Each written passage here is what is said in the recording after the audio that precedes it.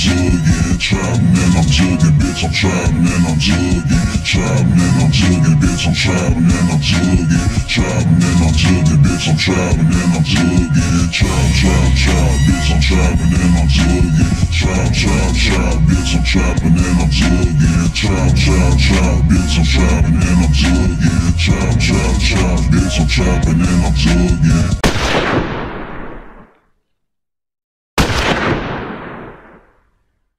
Maurice Reece Gordon and his little brother Larry Ordway, born to their mother Elizabeth Marie Wren in Louisville, Kentucky, were teenage brothers that were pretty popular for both good and bad reasons. In school, Reece and Larry were model students. They were on the honor roll, they got along with their fellow schoolmates, their grades were immaculate. I mean, they were very much scholastic stars. However, unfortunately, these boys fell in love with the idea of what the street life was like, and I'll get into how they were even introduced to that lifestyle a little later on in this story. An example of their admiration for the gangster culture, if you will, would include the boys posting pictures of themselves online with weapons, specifically firearms, in their hands. And not only would they post these images online, they can also be seen in a music video holding up firearms with a local wannabe rapper by the street name Rambo, whose real name is Bryce Rhodes, who was 25 years old at the time when Reece and Larry met him. The brothers loved being around Bryce. They were easily able to keep up this fake gangster image while hanging with him because Bryce was a true menace who proudly wore his incompetence as a badge. You see, Bryce was a known delinquent who had many charges under his belt already, and these included but are not limited to armed robbery, criminal confinement, domestic assault, and felony intimidation. I'll dive deeper into the details of his prior arrests later on in this video as well, but I think it's safe to say that this man has been a walking red flag. The boys began hanging out with Bryce pretty often, and Bryce kind of put them under his wing. You see, Bryce had a thing for hanging around teen boys with no guidance.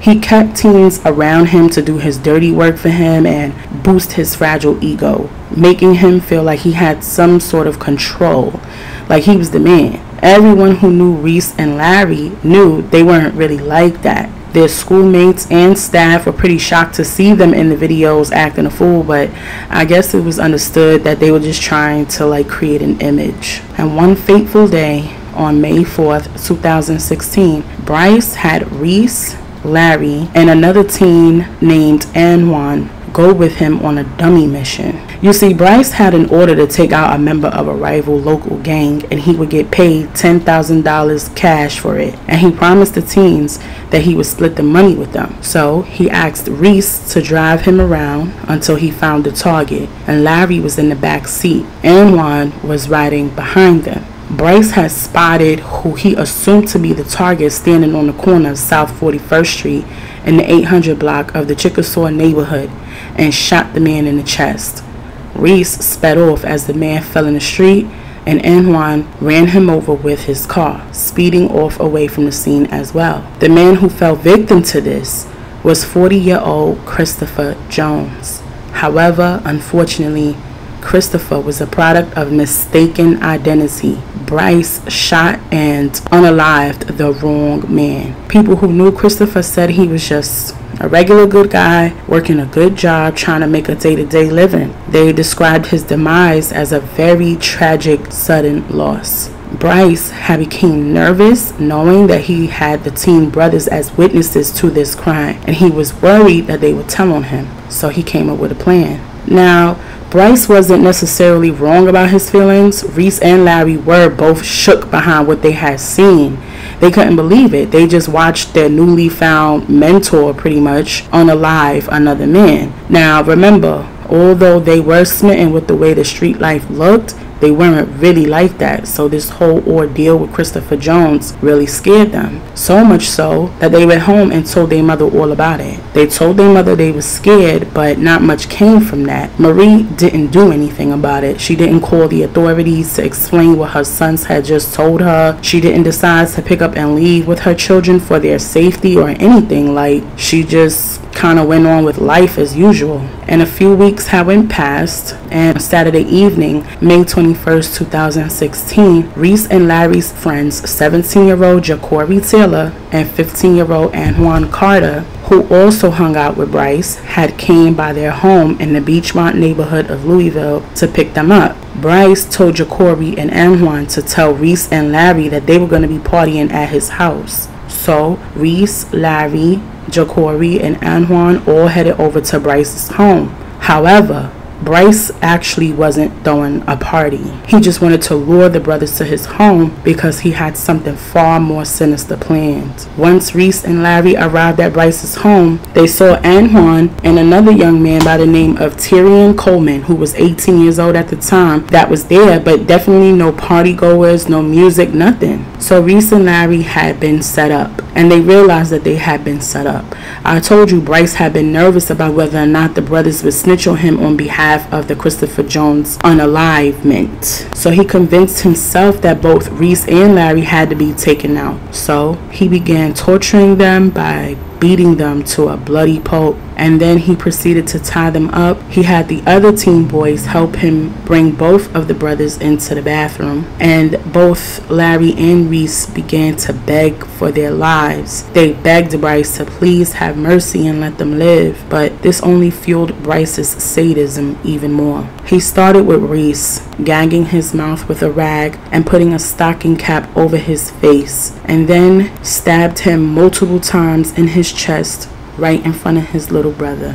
And Bryce then turned to Antoine and threatened him that if he didn't stab Reece too, he was going to be next. So Antoine took the knife and stabbed him in the chest. Antoine and Jacory proceeded to drag Reece's body out of the bathroom, and Bryce then turned his focus onto Larry. Antoine, Jacory, and Bryce all dragged Larry into the living room, and Bryce repeated the same steps with Larry.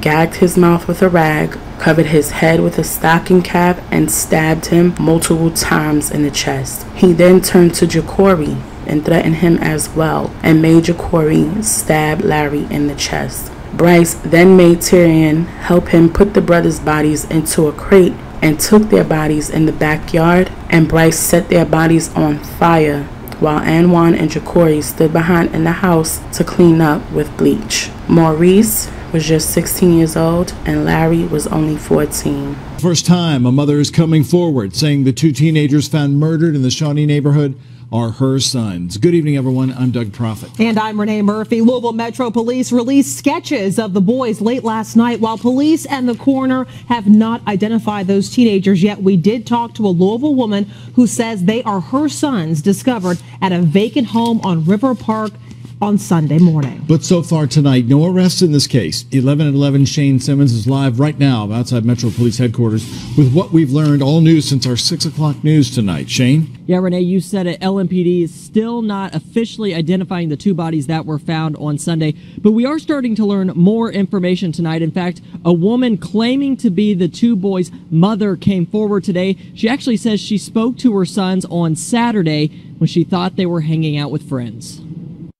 Hugs of sorrow and tears of grief. It was a nightmare because they died hugging each other. This woman who says it was her sons found murdered at 40th and River Park on Sunday in Louisville. They're well-liked kids. Everybody knows them. They got killed over nothing. Marie Wren says she learned this afternoon that the boys you see in this sketch are her sons. The picture below is a photo of the boys. She says their names are 14-year-old Larry Ordway and 16-year-old Maurice Gordon. She says they were both in the 8th grade at Olmsted North and were set to graduate on Thursday. They never spoke down on nobody. They was always here. They always helped people when they was put out in the cold or whatever. They always looked out for everybody. Their teacher from Olmsted came to the memorial in River Park where the teen brothers were found. It's unbelievable, quite frankly. Kevin Wigington says he taught the boys at Olmsted Academy North. He says he saw them just on Friday playing basketball and having a good time at school. Whatever happened here is not a reflection of who those young men were, because they were pretty nice young men. Holding hands with her family, Wren says her sons died in the most tragic way. She talks about her last conversation with them on Saturday night when they said, "We love you, Mom. We'll be back." What he saw, according to Williams, were two bodies burnt. They were placed together, from what my nephew was telling me, they're placed together next to each other, sitting up or something with their heads leaning onto each other like it's a love story or something. On Sunday, May 22nd, 2016, their bodies were found in the backyard of an abandoned home in the 4000 block of River Park Drive east of Shawnee Park. Police were able to track down both Antoine and Jacory and question both of the teenagers about what happened to Reece and Larry, since witnesses told police those were the last people they saw the brothers with. It's not clear if their parents were present for questioning. However, during the interviews with investigators, both Antoine and Jacory began singing like canaries and told police everything that happened. The gory details of the brothers' unalivement and the role Bryce played in all of this, including the details of Christopher Jones's unalivement. He made Maurice on his knees and beg for forgiveness. Sitting across from detectives, 15-year-old Antoine Carter tells police he saw Bryce Rhodes tie up Larry Ordway and his brother Maurice Gordon. He tied him up. Tied him up or something. He tied his brother up. He made his brother sit in the bathroom. Carter says Rhodes put a stocking over 16-year-old Maurice Gordon's head, gagged him, and stabbed him in the chest. He put a toboggan over his head, and he put a rag in his mouth, and then he stabbed him. Carter says he and another teen, Jacory Taylor, helped Rhodes move the body, then brought the other brother, 14-year-old Larry Ordway, into the living room. We moved Maurice to the side, and we brought his brother, and we put the toboggan over his head. He put the toboggan over his head and put the sock in his mouth. Started stabbing him too. Carter tells detectives Rhodes threatened him, saying that's why he helped stab one of the brothers. He says Jacory Taylor stabbed the other brother. What happens next? He puts him in crates. Put him in crates. Like things that you put clothes in. Carter says while Rhodes went to dump the bodies, he and Taylor cleaned up the crime scene. He left me and Corey at the house to clean it up. During that interview, Antoine Carter told police the brothers were murdered because they saw Bryce Rhodes shoot and kill another man, Christopher Jones, 2 weeks earlier. Bryce Rhodes, Antoine Carter, and Jacory Taylor are all scheduled to be in court tomorrow. Antoine told police that Bryce held a voting system to see who agreed with the plan of taking Reece and Larry's lives. He said the whole group voted that the brothers should be taken out, except him. Antoine said he was the only odd one out who voted no, but Bryce went with the majority. Now, with this information, of course, investigators went on a hunt for Bryce, and on Tuesday, May 24th, 2016, police spotted his vehicle on Preston Highway, where they pulled him over and arrested him for an outstanding warrant for a domestic violence abuse case back in Indiana, where Bryce is originally from. You see, as I mentioned earlier, Bryce had a lengthy history of crime and violence. Well, some of those details included an S offender registry in the state of Indiana and a case from 2014 when he physically assaulted his own mother while she was bringing groceries into her home. He choked her and punched her in the temple, which prompted his sister to call police on him. It isn't clear why he attacked his mother in this manner. And speaking of his mother, police were able to charge Bryce in the double homicide of the brothers 7 hours after arresting him due to finding an extensive amount of evidence, including blood despite the cleanup with bleach, in the home that he shared with his mother on Haight Avenue in Clifton Heights, Louisville. Maurice and Larry's funeral was held on Tuesday, May 31st, 2016 at Ratterman & Sons Funeral Home. Friends, loved ones, and relatives all remembered the boys as close-knit brothers who enjoyed playing with their friends outside, playing basketball and football in the neighborhood park, and of course, for being exceptional scholars. Now, familia, as y'all know, I always find some irony in the cases of the victims I do stories on, and this case is no different. Let's hone in on the boys' mother, Marie. Earlier, I told y'all I would explain further how the boys were introduced to the lifestyle they fell in love with. Well, look no further than their own mother. You see, Marie wasn't too far detached from that lifestyle herself. Marie, who went by Lexi in the streets, was a known, self-proclaimed active member of the long-standing infamous Crips gang. Marie did not hide this from her sons, so yeah, they began to dabble in the lifestyle. And furthermore, Marie was actually dating Bryce. Yes, Marie and Bryce were in a relationship with one another, which is how the boys and Bryce knew of each other in the first place. Crazy, right? On the day Anwan and Jacory came to pick the boys up from their home, Marie says she didn't suspect anything fishy because they were all friends. And in fact, Jacory even used to live with them at one point. Talk about the ultimate betrayal. Marie faced tons of backlash on social media and in real life. A lot of people blamed her for being gang affiliated as a reason why the boys were even infatuated with that lifestyle. Plus, once people learned about her knowledge of what happened to Christopher Jones, they felt like she was careless in the way she handled the situation. She pleaded with the public not to judge her and got very defensive. The teen's mother says her sons witnessed the murder Rhodes committed and told her they were scared. I ain't got to answer to no newscast and none of y'all. I saved y'all's kid's life from this monster that did this to my kid. Marie Wren says the 14 and 16-year-old brothers were good students who were not in a gang. Their profile pictures holding guns, a front for other thugs who had tried to jump them before. Everybody wants to be tough and a gangster these days when they're teenagers. Everybody wants to show what weapon they got. That's just what it is. Wren says these are her sons, laughing, happy, being teens, on the honor roll, something police also recognize. She now has a warning to other parents. So before y'all start judging somebody, take a look at your kids' drawers and their internet, and I bet you'll be surprised.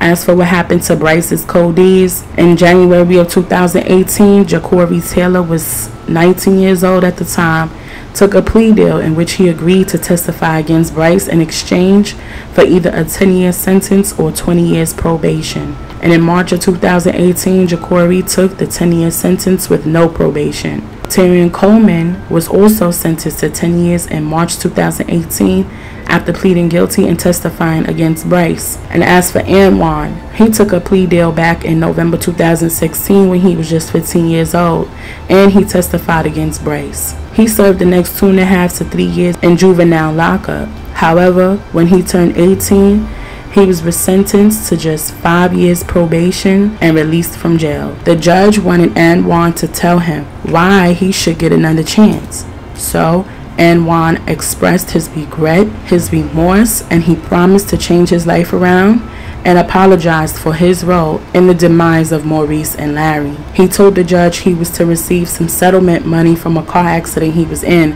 and with that money he was going to move to Florida with his family for his safety and to live a new life. The judge did give stipulations and told Anwan if he were to get into any kind of trouble at all during his 5 years probation, he would have to serve a mandatory sentence of 20 years behind bars. He also ordered Anwan to pay for the brothers' headstones for their graves. Marie didn't dispute this. Instead, she encouraged Anwan to really make a change with his life.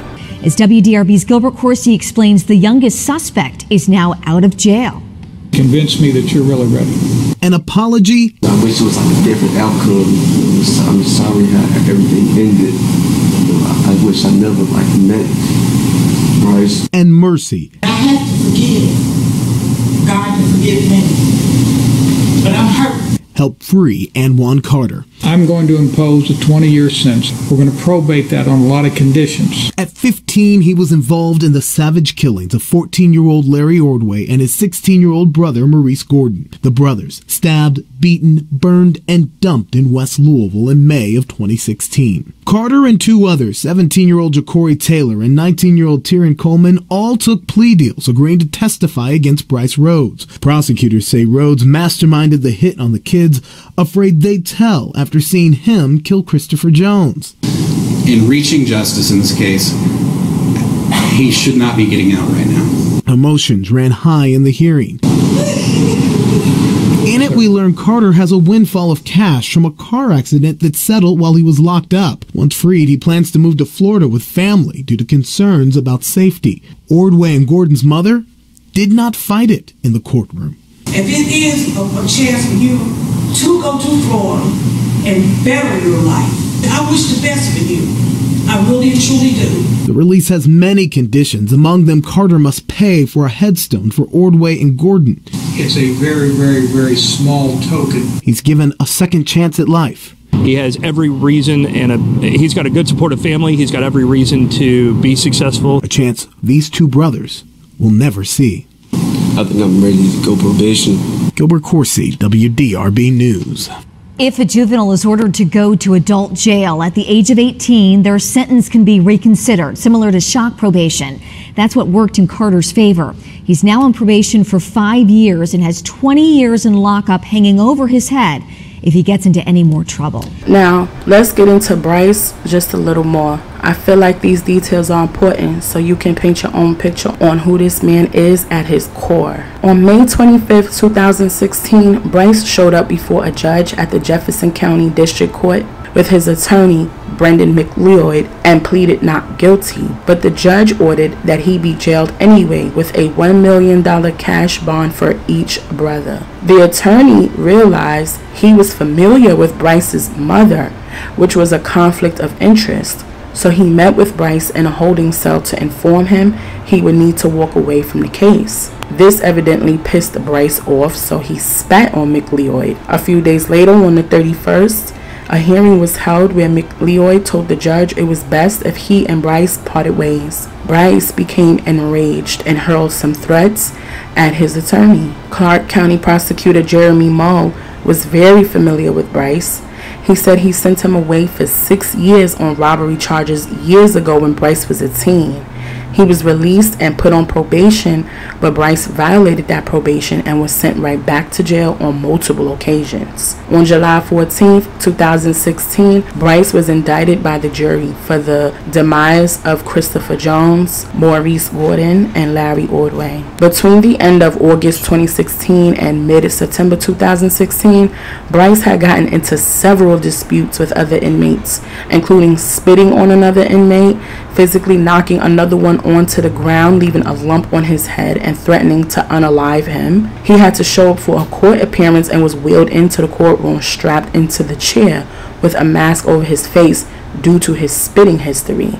He became irate, asking the judge why did he have to be in the chair, and she told him, "You know why." But he kept trying to talk, so she told him to be quiet, in which he responded by hurling curse words and threats towards her, telling her that he can find out where she lives. Mr. Rhodes, you can just bring him up right here. Why y'all have me come out like this for? I think you know why. What? You know exactly why. Now, listen, stop talking. Are you done? No, I ain't done. You've been charged in the 4th degree. I'm going to keep talking because I don't want to have to see you back here for this. What you think where you live at? What you think at? None of that. I ain't do. So you're saying you're going to find out where I'm out? None of that. You got something, I'll be out. Okay. Yeah, You've been charged with assault in the 4th degree, minor injury, terroristic threatening in the 3rd degree with physical contact. New charges. I'm entering a plea of not guilty on your behalf. Would you like me to read the arrest warrant to you? No, I'm not guilty. Do you have any questions? Would you like an appointment of a public defender? Not guilty. I just said that. Not guilty. I just said that. I'll be out. Okay. I just said that. And would you like an attorney? Take me back to my cell. I'm not taking you anywhere. They can take you back, but would you like an attorney? You agree with me or not, the higher courts will end, so I just want it on record that I'm doing everything on my part. You can put it on the record, you know, at a time that's best for you. But if you think this is the best time, even though you show favoritism to the Commonwealth, you deny every motion I've ever filed in this courtroom, I'm still gonna, it's my right to file a pro se motion, and it's my right to speak what I need to speak on. I don't know if y'all got some type of sexual relationship going on or what y'all got going on, but I'm definitely going to speak my mind. Detective Detelli and I have no sexual relationship. Now I'm talking about you and a prosecutor over there, sir. You denied all my motions. Every motion I filed, you didn't deny it. I'm pretty sure I've denied the vast every motion I filed. Are you some type of racist? Or y'all got some type of sexual relationship going on? Which one is it? Or are you just wrong in everything that you've made motions for? Are you a secret Ku Klux Klan member? No, sir. Is that what you really are? No. Okay. I'm not. But like I said, the higher courts, they'll deal with it when time comes necessary. That's exactly right. Exactly. And so say less. On to the next subject. Say less. Your job is to do your job, not to worry about me. That's what I'm saying. Well, I worry about me. You worry about your self. I'll just ask you, why do you keep refusing to get this man off of my case when we keep having problems? Do you have something personal against me to where you don't want to remove him? No, sir. I have something personal against not providing you effective assistance of counsel. They had struggled to find someone who could represent you, and that basically Mr. Griffiths is what they've got. I'll write the Bar Association and the ACLU, you know. I'll write them, you know. I'll see what's going on, you know. Fair enough. Let's get us a date to come back. No. You're going to find out, though. You're going to find out real quick. Promise that. While in jail, he made threats to unalive a CO, which brought on more charges of terroristic threats, and he also threw urine at a CO through his cell door. In January of 2017, Bryce actually tried to escape from prison.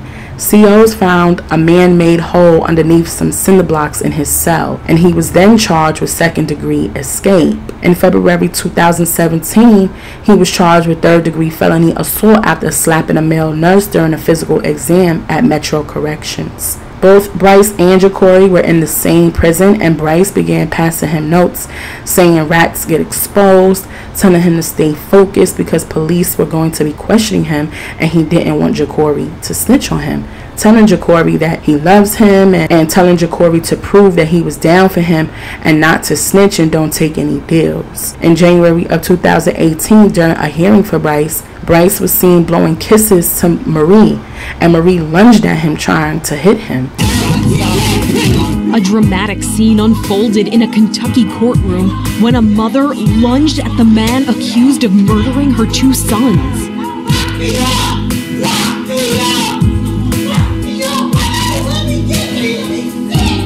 Marie Wren was dragged away by court officers. She says she couldn't control herself when she saw Bryce Rhodes. He's accused of stabbing her sons and burning their bodies back in 2016. They were 14 and 16 at the time.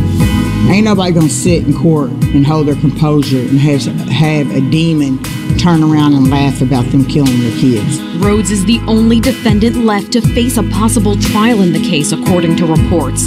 3 others have taken plea deals, but this grieving mother says she is determined to get justice for her sons.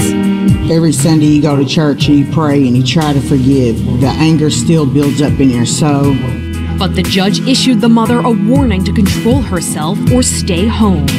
Rhodes pleaded not guilty to the charges against him, which include murder and assault. In November of 2018, during another hearing, Bryce continued to antagonize Marie, which led the judge to say something to Bryce about his snickering and smiling and goofing off, to which Bryce replied, "It's not a crime to smile. I'll do what I want to do. Let's get that understood. Continue saying what you were saying." If we have a concern, what's the alternative? Because then if we might get into a situation on the law where I'm supposed to weigh the pros and the cons.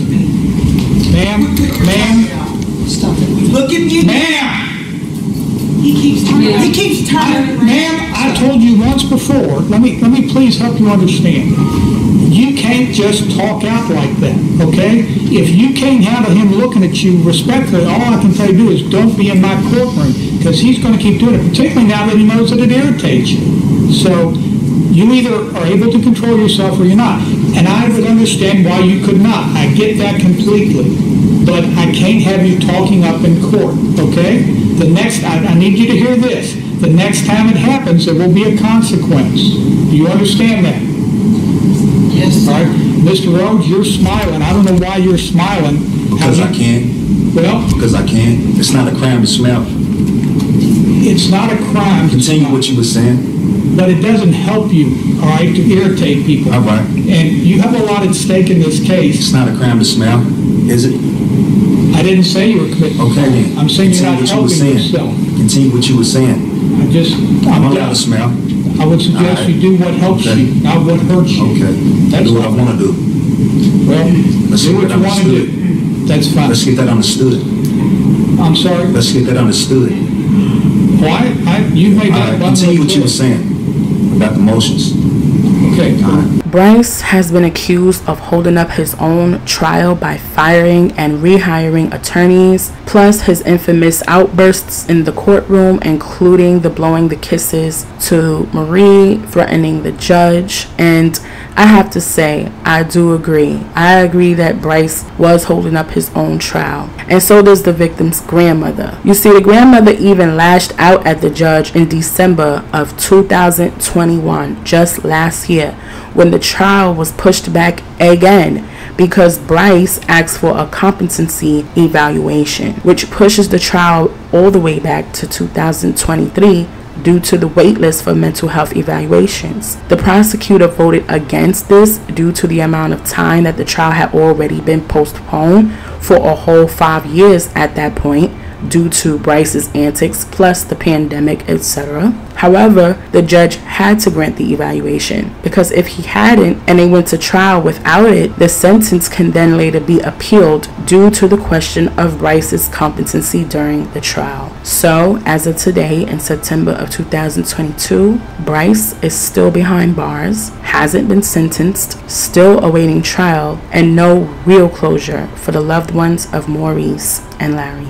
This story is a cautionary tale of protecting your space from predators. Bryce preyed on teenage boys so he could feel like he had this superiority and a strong hold over them to make them do whatever he wanted in exchange for the false hopes, dreams, and sense of being the male figure in their lives. He fooled them into believing they could trust in him, they could confide in him, that they could be like him. These misguided boys looked up to Bryce, and he used them, misused them, and mentally abused them. He instilled so much fear in them that he convinced a few of them to assist him in the demise of their own friends. Bryce is the worst kind of monster that walks the land. He is so cocky with his sociopathy. He believes that he is superior to all, and he should face zero consequences for anything that he does. He has no regard for other human life, whether young or old, no matter your race, size, or gender.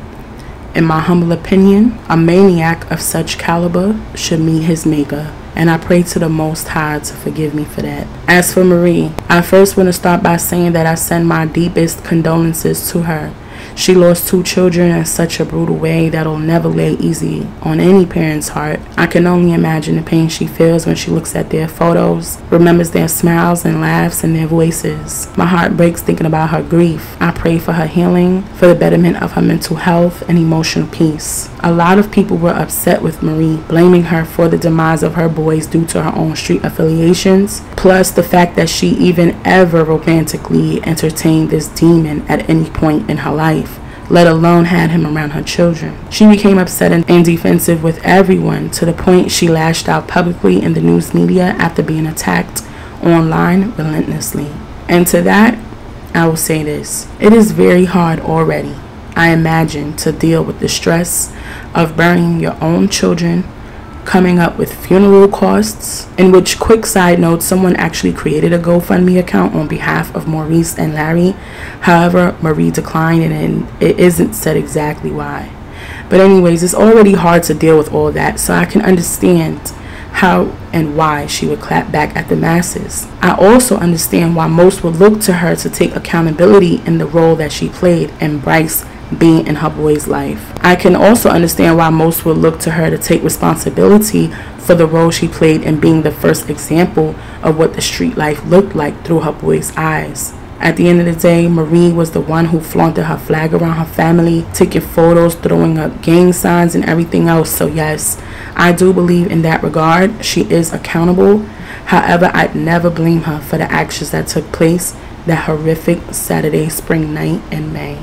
Maurice and Larry, I'm so sorry this happened to you, baby boys. You never deserved this. I pray that you look out for your younger siblings in spirit. Be their guardian angels. They need you still. Rest in spiritual peace, Maurice, Reece Gordon, and Larry Ordway. Gone but never forgotten.